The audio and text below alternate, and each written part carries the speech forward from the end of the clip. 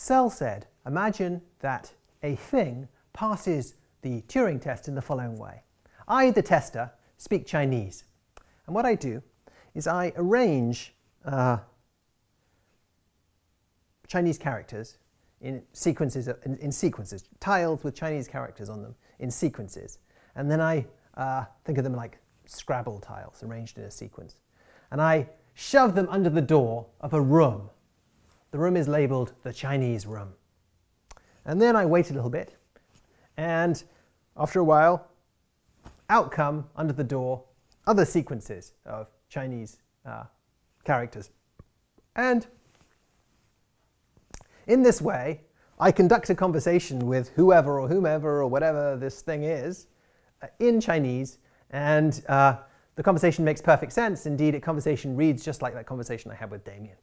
You know, it's a conversation about the pain of putting your hand in ice water, about people watching me, and so on and so on and so on and so forth. And I conclude, yes, I am interacting with a thinker that speaks and understands Chinese and understands what it's talking about, understands the stuff about the water, is thinking about the water, is thinking about the pain, is thinking about plunging hands into ice water, and so on and so forth. Okay, imagine all that happens. And then imagine I think to myself, but the question is this machine running the right program? Remember, the moral we drew from the blockhead example is that it's not enough to be a thinker that you pass the Turing test. You have to pass the Turing test in the right way. You have to be computing the right function by way of the right program. How indeed is this room working? What's going on inside this room? And so I knock on the door, and I discover that what's been going on in this room is this. In the middle of the room is somebody, John Searle, who speaks no Chinese at all, doesn't recognize the characters, is just completely ignorant of all things Chinese. And what he's doing is that whenever he sees tiles come underneath the door, he consults a very large book. And the book is gives him rules. And the rules tell him what to do with the tiles that come under the door. And the rules refer to the tiles under the door. They also refer to a sequence of tiles that he's assembled that match the tiles that have come under the door so far and match the tiles that he's pushed under the door so far. You can think of this sequence or this batch of tiles as a record of the conversation so far.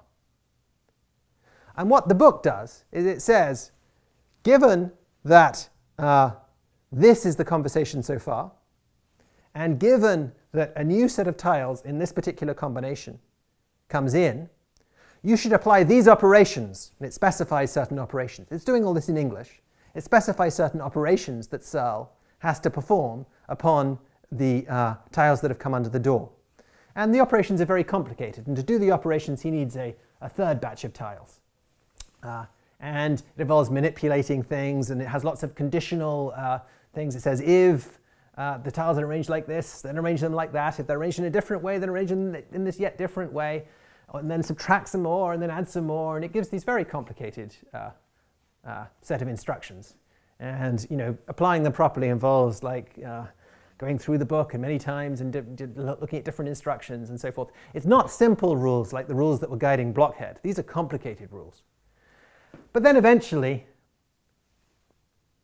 Searle always comes to a point where it says, given you've got this configuration of tiles in your working area, and you've got, you were at this point in the conversation so far, output these tiles. And it tells him what tiles to output, and then Searle outputs the tiles that we saw come under the door from the other side. That was what was going on in the Chinese room.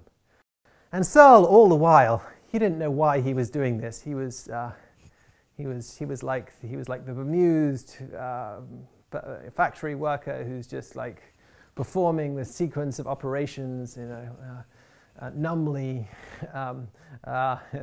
in a kind of the sense of absurdity at what's going on. He's just doing this job. He knows not why. So we discover that that was what was going on. Now, Searle asks us, Searle the philosopher asks us, does the person in this example, the John Searle in this example, does he understand Chinese?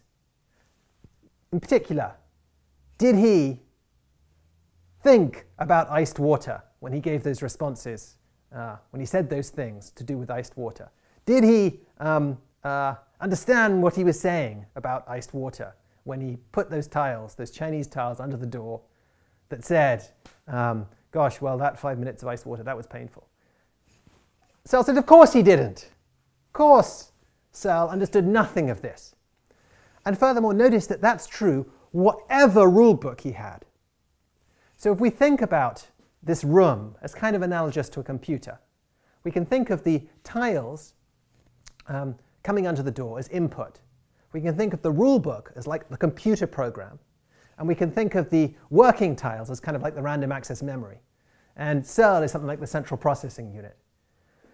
It doesn't matter what rules Searle was applying. It doesn't matter what program the machine was running. Searle still doesn't understand Chinese. There's no understanding of Chinese. There's no understanding of what's being said going on. So this shows you that whatever program you're running, you're not going to understand Chinese unless some further conditions are met. You're not going to understand what you're saying unless some further conditions are met.